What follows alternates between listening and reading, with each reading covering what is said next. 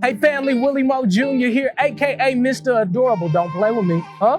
Family, I am the host of the Love You More Show, a place where we really create a safe space for people to share their hurts, their hang-ups, and their heartbreaks, and their journey to loving themselves again. Family, we are live in Atlanta, Georgia, and we are on location. And this is about to be crazy. Trauma, excuse me. So this month we're hanging out with Devon Franklin. Mr. Don't it feel good when you get in his present? Nathan Davis.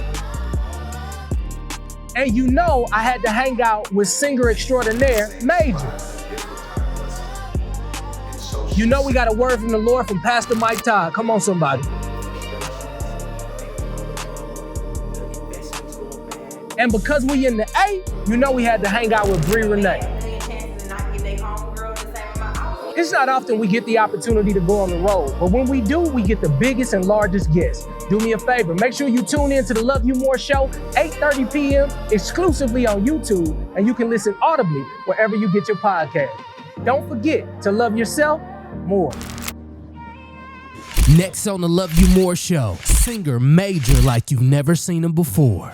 As far as marriage and being an example, I think marriage is a beautiful, disrespectful adventure. What? I think marriage is a beautiful, disrespectful adventure. The church can do a better job at helping us understand that marriage is not a end-all be-all of issues. If you have issues and that ain't healed, the issues are going to be in the marriage. They don't disappear. I used to be like, you never get a divorce. But I actually get it for some folks because some people are not ready to face themselves, to see themselves. And you can only perform for so long. I'm flawed. Yeah. I ain't got it all together. Yeah. If you're gonna love me, I just wanna be honest. Hey family, Willie MAJOR Jr. here, and welcome to another edition of the Love You More Show. Here's the thing, shout out to all the subscribers across the nation who have tapped in, and you have been showing so much love. Can I just say this, and I mean this from the bottom of my heart. Thank you for the thousands of people who have already signed up for the F3 challenge, right? We appreciate it. We about to get that fitness and that faith together. And then finally to the people who have stopped people watching and just looking and subscribe, I just honor and I appreciate you, all right? Family, today I want to say this. I'm so honored that I get the opportunity to hang out with the man who's literally created a lot of music. Many of you all have used this song for your wedding. In fact, I've heard that he has been booked for more weddings than concerts nowadays because of his song, This Is Why I Love You. But today we'll get an opportunity to meet the man behind the music. He goes by the name of Major. What's happening, champion? Man, it's good to see you, brother. Man, you it's too. It's great to see you. I feel blessed. I feel worked. yeah.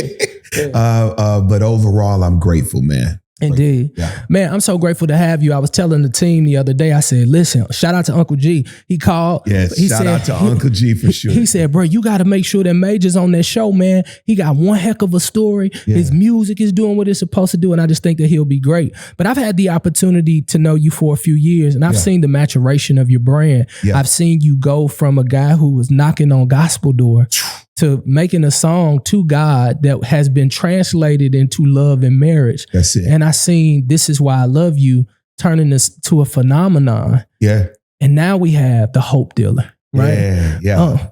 But I want to go back. Like, where are you originally from? Okay. Talk a little bit about childhood, how Major grew up. Did you grow up in church? Did you grow up in the street? How did that work? Because you everywhere. Right. So I'm originally from Houston, Texas. Mm-hmm. Grew up in Texas, a blended family, about 13 siblings. Not about. You got to say about when it's a lot. Like 13? Yeah. So where are you? I'm like kind of a middle child on both sides. Between my mom and my stepdad, it's a blended family. It's 10 of us, so I'm one of the 10. And on my dad and my stepmom, it's 5 of us, and I'm one of the 5. And I'm like right in the middle. So I know love. I know diversity of personalities. Mm-hmm. So community came easy for me. Mm-hmm. But yeah, I grew up in Houston, Texas. went to performing art schools all my life, including the high school for the performing and visual arts, and that's Beyoncé, Robert Glasper, Brian Michael Cox, a lot of great, LaToya Luckett. Mm-hmm. They're years ahead of me, but those are my big bros and sis that have kind of paved the way for a lot of us, coming right behind them. Did an intensive at Juilliard right before going to the Berklee College of Music. So I'm studied in the space that I'm championing now. So was mom or dad, are they musicians? Was there somebody you seen? No. Or was it just something you grew up like, or was it your escape? Actually, my mom, she swore that she sang in the choir.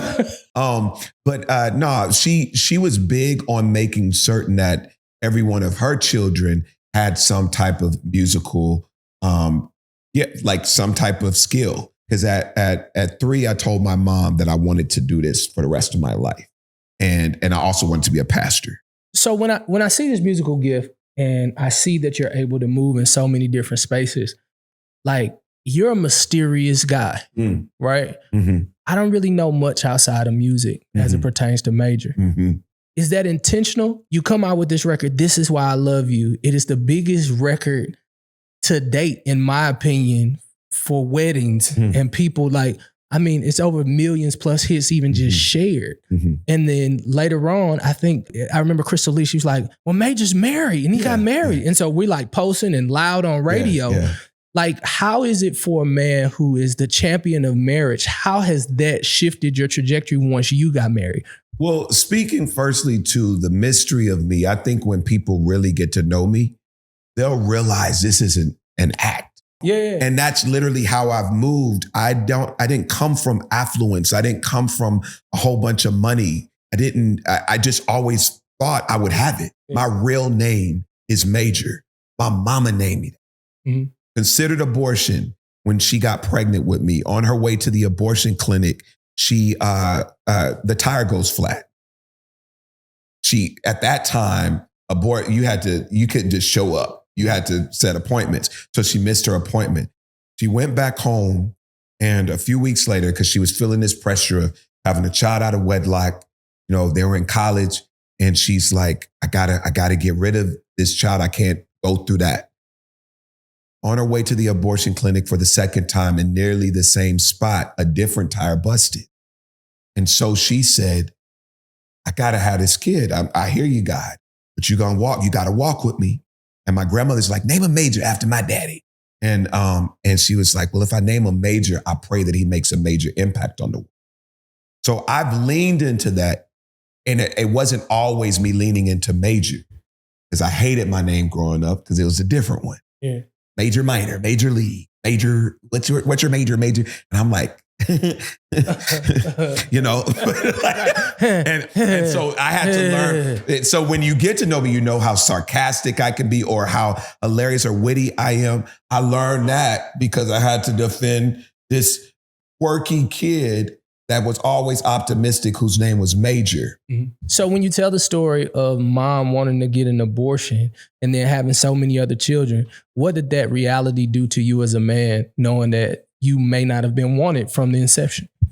Well, she didn't tell me that story until I got to college. I was the first of my siblings to go to college, let alone graduate. But when my mom told me that was the name she named me and why, it actually gave me a different feeling, not of I wasn't wanted. It was like, oh, there's meaning. Yeah. There's purpose anyway here. There is a plan that's bigger than us, And so yeah, I took it as an assignment, and that's when I leaned into, I'm gonna own my name. So here's the thing. Me and you share this in a similar stance. When my mom, when I learned that she was almost forced to have an abortion for me, she was like, it wasn't something that I wanted, but because we come from an affluent family, a name and everybody, she had already had one child out of wedlock. Same. And she realized what it was like to be pulled out the choir, to be ridiculed, to wear these long clothes so nobody sees and flowing. Like you are literally the plague if you don't have a ring on your finger, right? And so now she has this new child with the same guy. She thinks they're going to get married because people got married real young back then, 18, 19. Yeah. He promised that he would marry. He ended up not marrying. So she goes to an abortion clinic. She finds a way out of that, right? And then she goes to Yale because they took her to where the affluent people go because it was a little later on in the process. And she just couldn't do it. And she came out, said, the doctor said it was too late. Yeah. And so I'm here because of her decision. And she was like, I just felt the Lord wanted to do something with this child. And she gave the option of adoption and the promotion. And so for me, when I found that story out, it really did me good and it gave me fuel. Like I became over positive because it gave me fuel to know that I'm not a mistake, that God had his hands on me, that although children come from God, they just come through parents, right? So just because you have the opportunity to come through, it doesn't necessarily mean that this is who you have to be. And so I always had this larger than life attitude towards life and I use it as fuel and not a negative.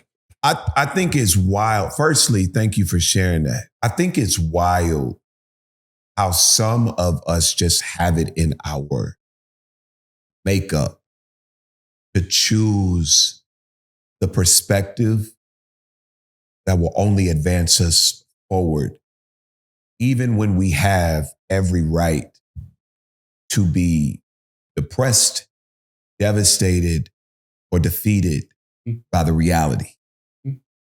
But that's the power of hope. It's a disruptor. It's a disruptor of how circumstances can probably tell you this is a card. This is all you have to play. So you probably can't do much else with it. But what hope does is it finds a way to make the beauty and to choose the beauty of what this can be. And it often, almost always, is rewarded after the choosing. You know, it was 2005, and I wrote this song. She got the best conversation. She look good from head to toe. I think one day she just might be. And the song goes on, so I let you know that you're my good thing, and I did good thing. And it's this big wedding scene, and like I'd like to say, I was the first wedding song before this is. Why I Love You came out. Can we not give it to Stevie Wonder though? Yeah, him too. Ribbon in the Sky. I'm talking about like early 2000s. Oh, I got you. And then I was underground, and then you blew up. But then I go get married, and I was just like, this don't feel real good thingish, because it was almost like the attack was on me so hard because I was such a champion for marriage. You being married now for a few years, like what has that been like for you, knowing that you're such a beacon of hope for others? Like how is it for you stewarding your own family? Well, as a beacon of hope, I want to be clear how I define hope. Hope is not the denial of reality. I'm like, in the midst of the disrespect, that sometimes that's going to come, that I still choose this. And it's not always easy because it's a daily choosing, but it's also an exercise that you put into play. As far as marriage and being an example, I think marriage is a beautiful, disrespectful adventure. What? Hey family, Willie MAJOR here. I'm so sorry that no, I'm not. I need you to subscribe to this channel. That's why I interrupted. Go ahead and subscribe. We are on our way to 300,000 subscribers and we cannot do it without you. Okay. So now back to Major, flat out. As far as marriage and being an example, I think marriage is a beautiful, disrespectful adventure. What? What does that mean? I think marriage is a beautiful, disrespectful adventure. Why is it disrespectful? You're asking the questions only because you're the host. You're moving in the techniques of journalism to get to deeper, but you know exactly what I'm talking about because you know the disrespect that marriage hands you without your permission, and it's so disrespectful. And because it's a forever becoming, it's a forever shedding, which is not always cool. It's not cool at all. And if you force a shed, we see what's my guy? Wait, did you say? What did you say? Like that? When you Marriage force it, is it's the a beautiful, disrespectful adventure. Every married person will agree with what I just said. Not one of you will disagree. I can put that on Bible. God know what I'm talking about. And I want to clear that up because I think the church can do a better job, specifically the church, because the church is the champion of that covenant, right? That's true. The church can do a better job at helping us understand that marriage is not a end all be all of issues. If you have issues and that ain't healed, the issues are going to be in the marriage. They don't disappear. And at the end of the day, I'm not saying that you should not come into marriage with issues. I do think we should do some pre-work. Now, one of the things I learned from the street is they had a thing called pregame. You feel me? You know, all I'm trying to told to people is do the pre-work. A lot of folks just want to jump in without doing the pre-work. Haven't ever taken the time to see themselves first. Have not taken the time to deal with themselves first because they jump in a relationship to relationship to relationship to relationship, expecting to find themselves in other people when that's not their responsibility. That's real. And that's something that I think happens in a lot of these marriages. The beautiful, disrespectful adventure where you start learning. T-shirts, we're getting T-shirts. Yeah, where we start learning how to share space. And oh, you move like that when you're upset. Oh, you move like that when you're confused. You don't just honor. Okay. So that was wedding day talk. So we got to figure each other out. We got to figure out our rhythm. And so that's what I convey when I'm talking hope. Find your rhythm in it. The pace of grace. The pace of grace. Find your own rhythm. And that comes by way of you having relationship with your maker because he has all of the understanding. He's the manufacturer. Mm-hmm. He knows what the pieces are. So he can lead you back to, have you tried this though? But have you tried this? Or go back to how it was supposed to operate in the first place. And so a lot of times, I used to be like, you never get a divorce. But I actually get it for some folks because some people are not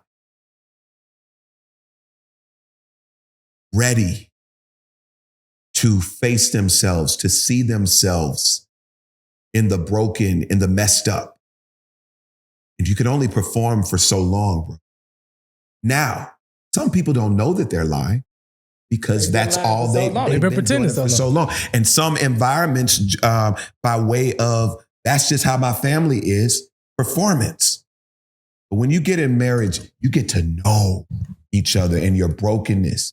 And I'm not saying that you can't, you have to expose every single weakness that you've ever had, but it's the honesty in the moment. Be true.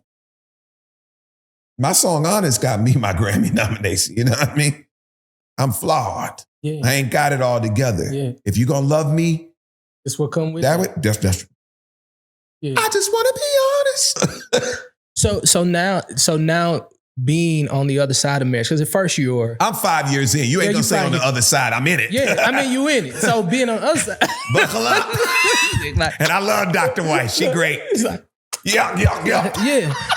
But now you're sitting there because do you still go? Well, I've seen you do some weddings. It costs a pretty penny to get them there. It is a check. It is a check to get them there. And if you can't afford me, play the record. Yeah, just play the song. Listen, one thing I appreciate is streams and download. But I tell you something. But so now you sitting there and this is what I love. And you see them coming down the aisle. Are you like, you don't even know what you're doing? Can you like sense it now?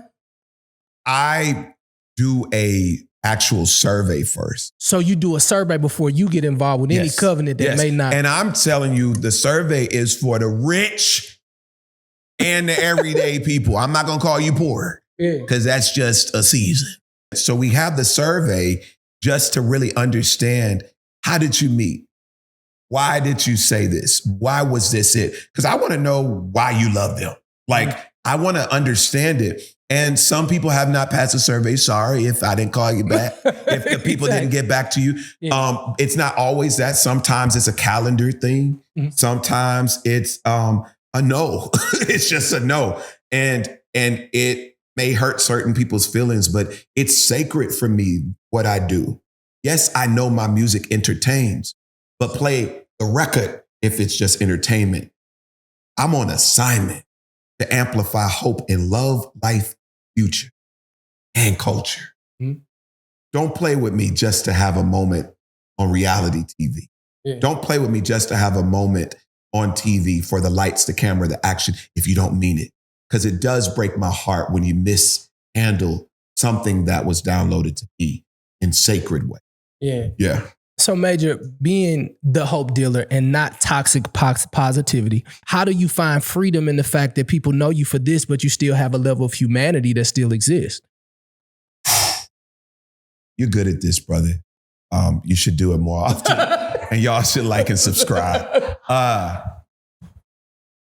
think the reality is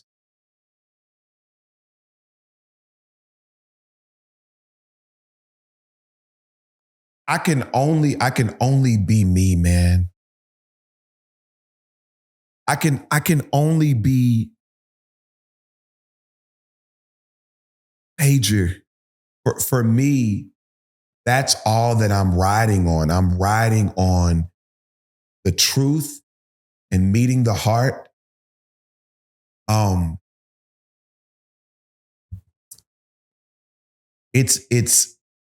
good at what I do, and I know that it may appear super fixed and all that stuff, but we were talking about even like the emotion, getting angry sometimes, all that stuff. Like I get angry, get mad.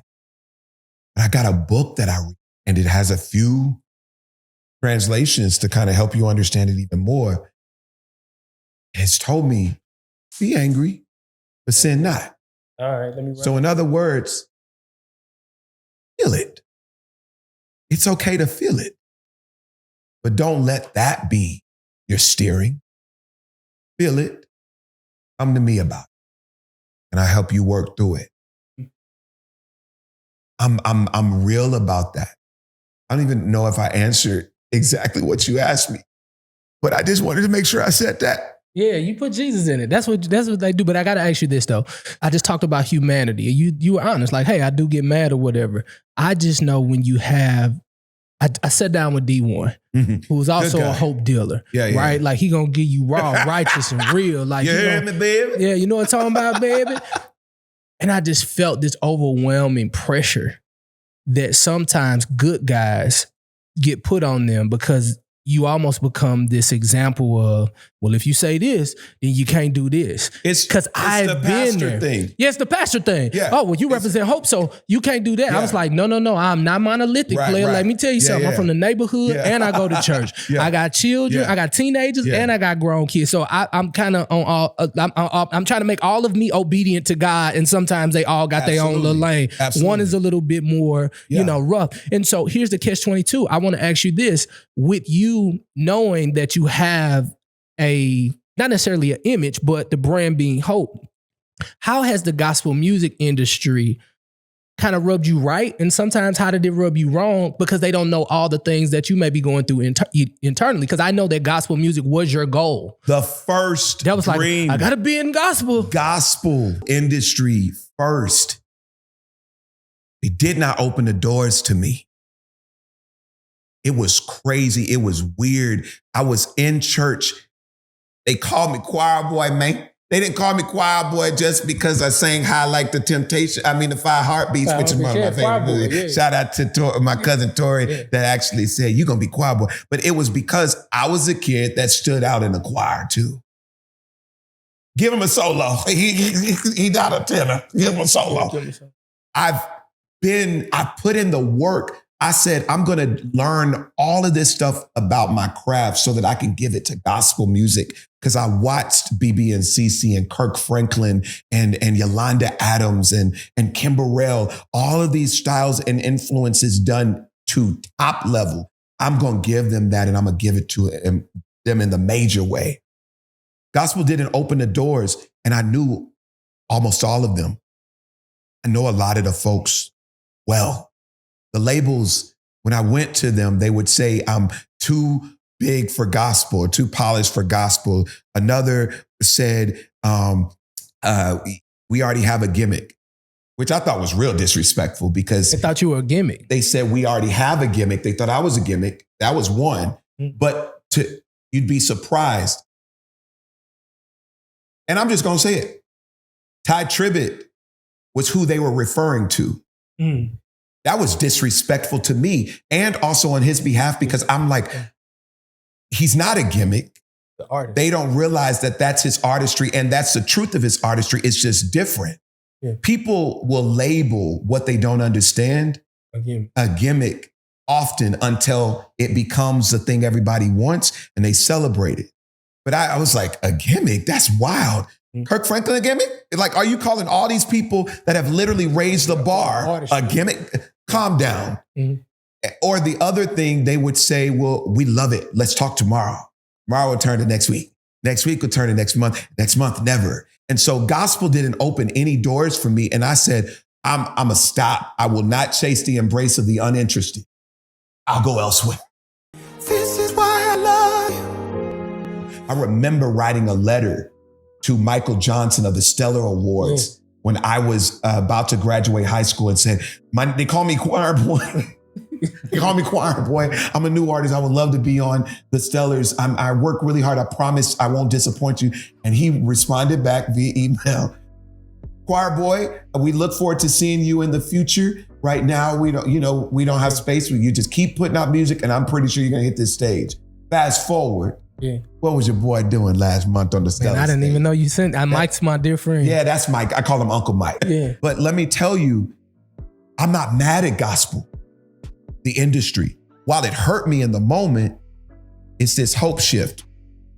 The perspective was not everyone is meant to see you for who you are in the moment you expect them to. Paul, the biggest champions of kingdom, scales, he couldn't see what he was missing.